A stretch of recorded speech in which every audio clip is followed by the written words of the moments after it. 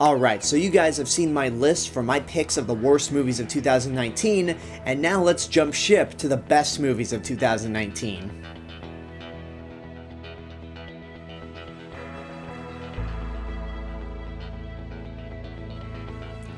So like I said beforehand, 2019 started out as a very mediocre year for movies and just kind of dragged on for a while.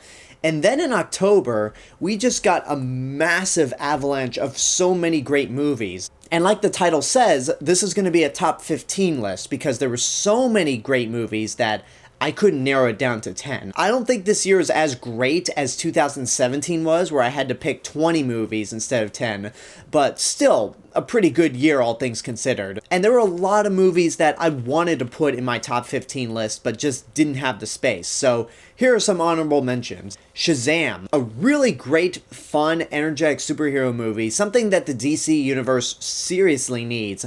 Zachary Levi is great as the role. It's funny, it's charming, it has some very surprisingly emotional moments. And on top of all that, it's a really fun Christmas movie too. How to Train Your Dragon: The Hidden World. It's not as good as the first one, but I like it a lot more than the second movie, which is still good. It's a gorgeous movie. It continues to prove that the How to Train Your Dragon series is DreamWorks' most mature series, and if you don't cry at the end of this movie, then you have no soul. Abominable. This movie is pretty much How to Train Your Dragon light, but it's got a great look to it. The character designs are incredible. It has such a vivid imagination, and I think this is a pretty underrated animated movie. Rocketman. I didn't love this movie as much as many other people did, but there's no denying that this is fantastic. Taron Egerton does a great job as Elton John, and the rest of the supporting cast is great, from Jamie Bell and Bryce Dallas Howard. It's got a great energy to it, and it has a great message at the end of the movie that's really hit me in the end. The Lighthouse. I originally said that this movie was just good but not great, but I've had more time to think about it, and the more I've thought about this movie, the more I fell in love with it, just because it's so bizarre. Robert Pattinson and Willem Dafoe give fantastic performances. Both of them have great chemistry with each other, and like I said when I walked out of the movie, cocaine is a hell of a drug. And the last honorable mention I want to talk about is Villains. I saw this purely based off of Double Toasted's review, and I was not disappointed at all. When this movie is funny, it's very funny, but when it's thrilling, it's very thrilling, and it'll put you on the edge of your seat. All of the actors have great chemistry with each other, and Bill Skarsgård and Micah Monroe work so well together. I can't wait to see both of them in other movies. So there you go, those are my honorable mentions. Now here's the biggest surprise of 2019, the movie that I was not looking forward to at all. Saw it and went, wow, that was actually a lot of fun. It would never make a best of list, but I'm glad I ended up liking this. And for me, that pick would be Guy Ritchie's Aladdin. You saw me put Dumbo and The Lion King on my worst of list, but believe it or not, Aladdin was the Disney remake of 2019 that I was not looking forward to at all, just because I love that original animated movie so much. But when I saw the movie, I was pleasantly surprised. It follows the same story as the animated movie, but actually develops things further and has some different moments to it. Will Smith is great as the genie, and he doesn't try to do what Robin Williams did, which I'm grateful for. Naomi Scott makes a fantastic Princess Jasmine. And the actor that plays Aladdin, Mena Massoud, he's really good as well. And it makes me so sad that this guy is not getting any work after Aladdin became a billion-dollar hit. Somebody out there send him to some auditions because he definitely has charisma. Does it have problems? Sure. I don't think the actor that played Jafar was very threatening, and that was really poor miscasting. And there are a lot of awkward moments in this movie that just so do not work. But when this movie is fun, it's fun. It would never make a best of list, but I had a lot of fun as well. So those are my honorable mentions and my biggest surprise of the year. Now let's actually jump into my top 15 list. And like with every list, I'm always going to have one movie in there that I'm probably the only one who has it. And for those of you expecting Godzilla King of the Monsters, sorry, but that is not best of the year material. I like this movie, and I think there's a lot of things that this movie does that we've never seen in a Godzilla movie beforehand. However, the human stuff is not all that interesting, and Vera Farmiga's storyline is just downright terrible. Again, it just never would make a best of list. If this movie had come out at the end of the year, it actually would have made my list for disappointments of 2019. But I've seen it a total of 3 times, and I've learned to appreciate it a lot more for the little stuff.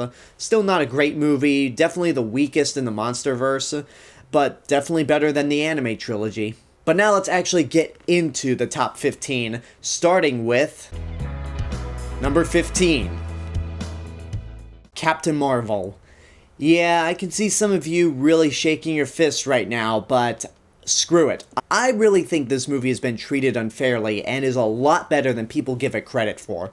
For one, it tells her origin story in a very different way, so it's not boring. There's a lot of mystery surrounding Carol Danvers and how she got these powers and why she has memories of Earth. I think the dynamic she has with a young Nick Fury is very well done. I love what they do with the Skrulls, and it's a really nice, refreshing take on them compared to every other incarnation of the Skrulls I've seen beforehand. The action's fun, the de-aging effects are absolutely flawless, the score's really cool, and while Captain Marvel's definitely not one of the best of the Phase 3 movies, it further emphasizes why I prefer Marvel heroes over DC's heroes, because Marvel's characters are defined by their human characteristics or their human background. I think Brie Larson actually does a very good job with what she's given and what's required with Captain Marvel's story here, and I honestly can't wait to see more of this character in the future. You can hate me all you want, but this is my list, and I really dig Captain Marvel. Number 14. Just Mercy. It's cool to get these superhero movies every now and then, as long as they're good, but it's always really nice to see a movie about real-life heroes, and Just Mercy is, well, just that. Michael B. Jordan as Bryan Stevenson is really good in this movie. Jamie Foxx is incredible and should be up for a Best Supporting Actor award. And even though Brie Larson is one of the weaker actors in this movie, I still think she does a good job. And if you ever want to see a movie that just really tears you down and makes you uneasy and often depressed, especially with one particular scene involving one of the inmates, it'll definitely lift your spirits and make you have faith in humanity if you stick around long enough. I had never seen a trailer for this movie going in. I did not know what to expect from it, and it is just so good. It's one of those movies that starts off as a feel-bad movie, but will definitely leave you hopeful in the end, even if you probably never want to see it again. Number 13. Hustlers. I didn't really know what to make of this movie when I saw the trailers, but the last thing I expected was for it to be on my best of the year list. It's got a really great look to it. It has an interesting way of telling the story. The actors do a really good job. Constance Wu is good, but Jennifer Lopez is the one that steals the show. And for somebody who never really thought that Jennifer Lopez was a good actress, this definitely proved me wrong, and much like with Jamie Foxx, she should get an Oscar nomination for Best Supporting Actress. She's that good. It does follow a few predictable tropes, and there's no real surprises to it, but it's still a lot of fun, very entertaining, and the theme of upper versus lower class is very well done, and is something you're going to see a lot more of when it comes to this best of list. Number 12. Waves. This is one of those movies that when it started in the first half, I was not a fan of it at all. I did not understand why people were praising this movie. It made me frustrated in many moments, and the cinematography for the first 10 minutes is so obnoxious that I wanted to vomit. Not metaphorically, but physically, because it was physically making me ill. I was just not into it. But the second half comes in, and it makes me really understand everything that happened beforehand, and it made me fall in love with the movie. This movie really hits you in the chest emotionally. All of the actors do a fantastic job here, especially when it comes to Kelvin Harrison Jr., Taylor Russell, and Sterling K. Brown. All of these actors give a phenomenal performance, and I'm really excited to see what else Kelvin Harrison Jr. and Taylor Russell do when it comes to their careers. They are two up-and-coming actors that I think a lot of people should be keeping their eyes on. Number 11. 1917. Holy crap, is this movie intense. It's pretty much got the emotional beats of Saving Private Ryan mixed with the technological achievement of Dunkirk, with one continuous shot throughout this entire movie done by the legendary Roger Deakins. This movie really puts you on the edge of your seat and right in the middle of World War I, which according to movies appears to be more hellish than World War II ever was. There are a lot of moments that just really disgust you, they creep you out, and I've had time to think about this. While Dunkirk might have been a grander technical achievement, 1917 has characters that you can actually care about and relate to, and because of that, the movie ends with you nearly in tears. I was almost on the verge of crying when this movie ended, and therefore it's one of the best of the year. If this does not win Best Cinematography, then that's a crime. Number 10. The Farewell. This is one of those movies that is simultaneously heartbreaking, but also uplifting at the same time. Awkwafina is incredible in this movie and has really proved that she is a talented actress.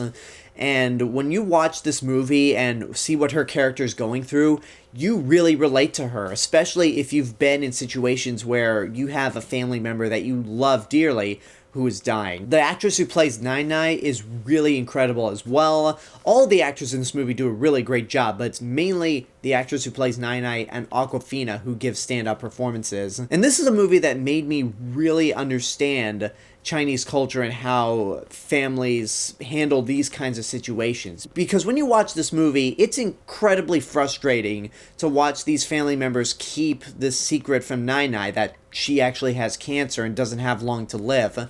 But when you get to the end of the movie and when you take into context of the events that inspired this story, it makes total sense. And it will definitely leave you feeling happy at the end of the day. And if the Academy does consider this a foreign language film, it's a damn shame that it has to go up against number 9. Parasite. Hands down, the best foreign language film of 2019 and one of the best foreign language films of the last decade. With a name like Parasite, and considering that this film's director Bong Joon-ho made a monster movie called The Host, you expect this to be some sort of monster horror movie like The Host. But no, it's actually a very well-crafted movie that's about pretty much a sneaky home invasion of an upper-class family from a lower-class family. Again, going back to that theme of lower-class versus upper-class that pops up so much in 2019. But the actors are phenomenal, the cinematography is gorgeous, the production design is outstanding as well, and it starts off one way where you're really enjoying it and having a lot of fun. And then it takes a turn into something that you don't see coming, but at the same time feels very natural to the film's story, and you're just like, oh my god, this just got even better. It's so well done in terms of every single aspect of filmmaking. I don't think there's any other foreign language film in 2019 that can compete with Parasite. It's that good. Number 8. Jojo Rabbit. This is a very weird movie to describe because in many ways it's very odd and kind of bizarre, especially when you got Taika Waititi playing imaginary Hitler and just all the goofy turns this movie takes. But putting aside all the bizarre moments of this movie, like imaginary Hitler acting like a Looney Tunes character or Sam Rockwell's character, it's a very heartfelt movie that is, as advertised, an anti-hate satire. All the actors in this movie do a really good job, except for maybe Rebel Wilson, but she's not bad compared to her role in Cats. The three standouts of this movie are Roman Griffin Davis as Jojo, Thomasin McKenzie as Elsa, the Jewish girl in the movie, and Scarlett Johansson. This has been a fantastic year for Scarlett Johansson.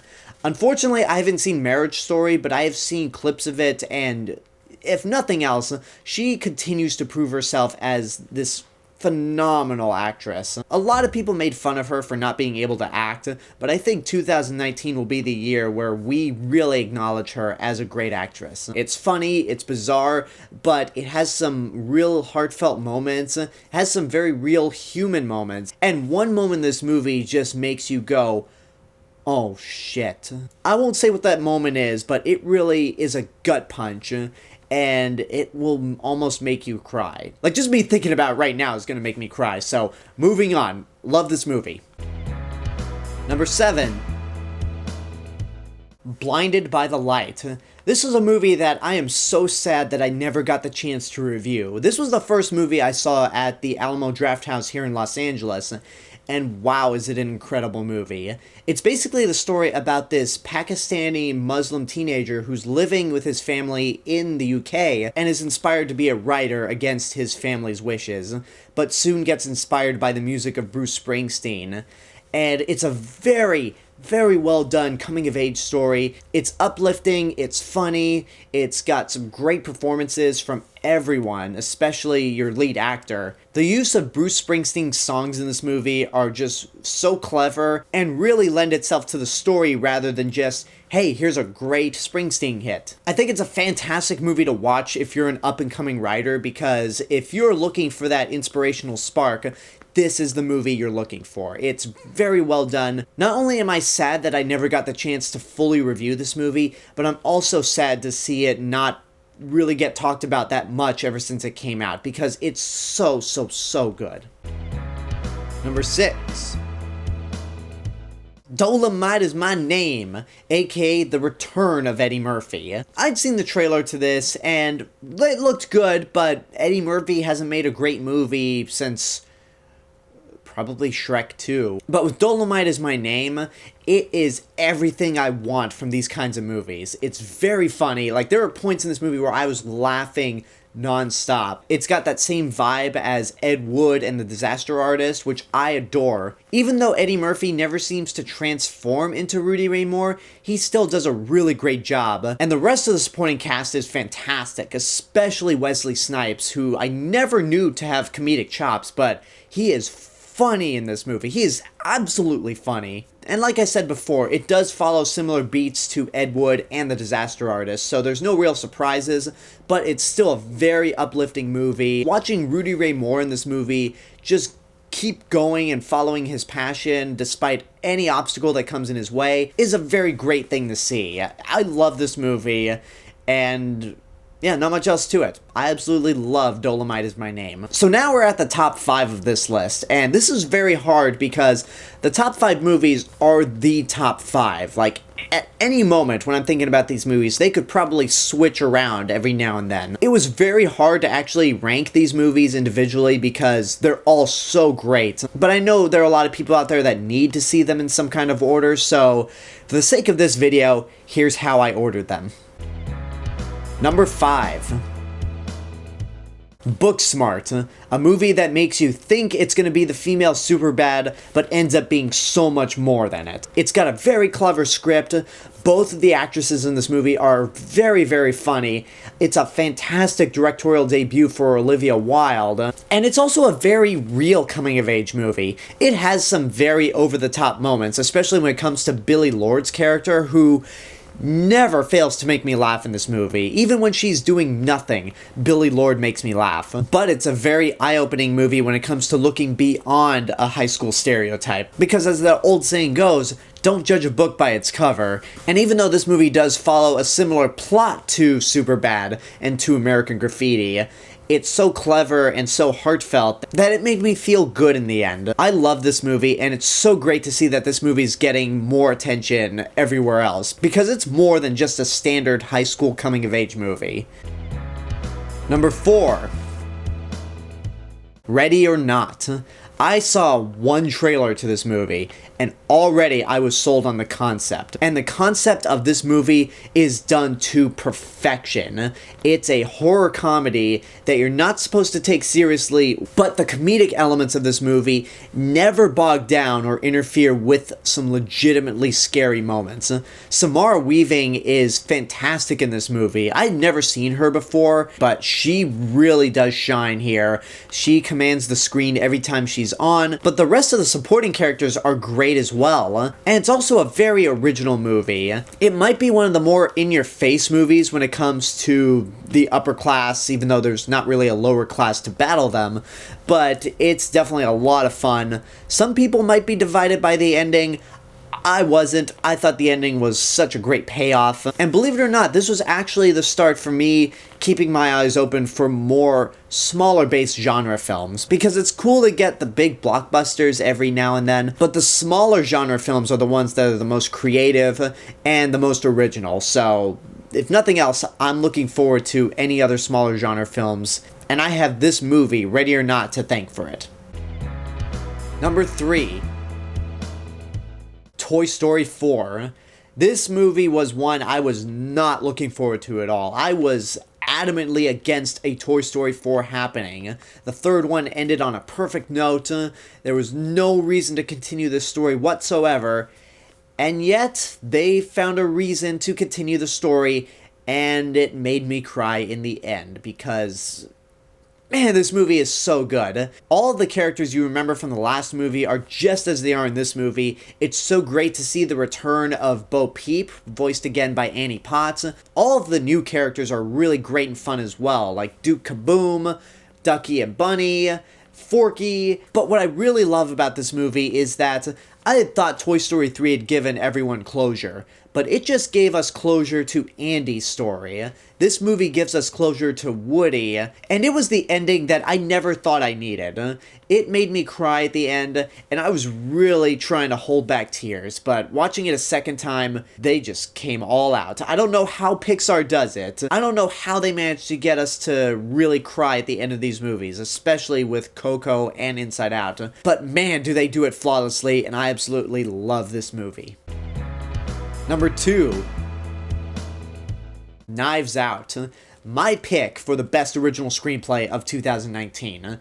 I'd been looking forward to this movie ever since it was announced because I love Rian Johnson's work, the cast was phenomenal, and this movie did not disappoint at all. What I love about this movie is that it is so smart in terms of its script, the murder mystery that Rian Johnson manages to weave together, and at a point where you think it's going to go one way, it goes in another direction. It's got an all-star cast with some really great performances, especially from Daniel Craig, Ana de Armas, and Chris Evans. A lot of people have been criticizing Daniel Craig's accent and saying that it's terrible. I'll admit that it's a very bizarre accent, but I think considering that what this movie is, it works, because it's one of those really great, I don't know where that's from accents that you just love. And this movie really made me fall in love with Ana de Armas even more than Blade Runner 2049. And she's really a talented actress. I cannot wait to see her in No Time to Die. And I hope this movie gets a lot of attention because it's so smart,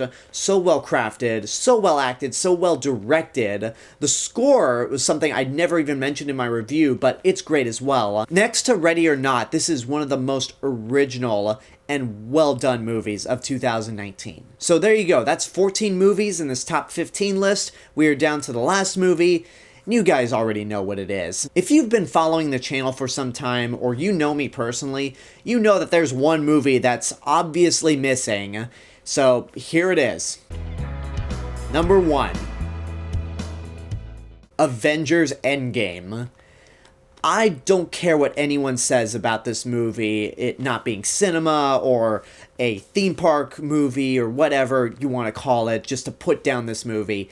Avengers Endgame does something that no movie has ever done beforehand. It takes 11 years and 21 movies before it to give us this grand epic finale in the vein of Lord of the Rings Return of the King. Everything that you saw from the past movies works up to this moment here. I love how the first hour of this movie is our main characters dealing with grief in many different ways, and when they have a chance to fix everything and undo the Thanos snap, you really get a clear sense that these characters are willing to do whatever it takes and make the ultimate sacrifice to get everything back on track and provide a better world for those that they love. And on top of all that, it's still very well directed, the action's exciting, there's a lot of great moments to it, especially when it comes to Steve Rogers wielding Mjolnir and shouting Avengers Assemble. It might be fan service, but it doesn't come out of nowhere, and it doesn't feel unearned like in Star Wars The Rise of Skywalker. The bits of fan service that you see in Avengers Endgame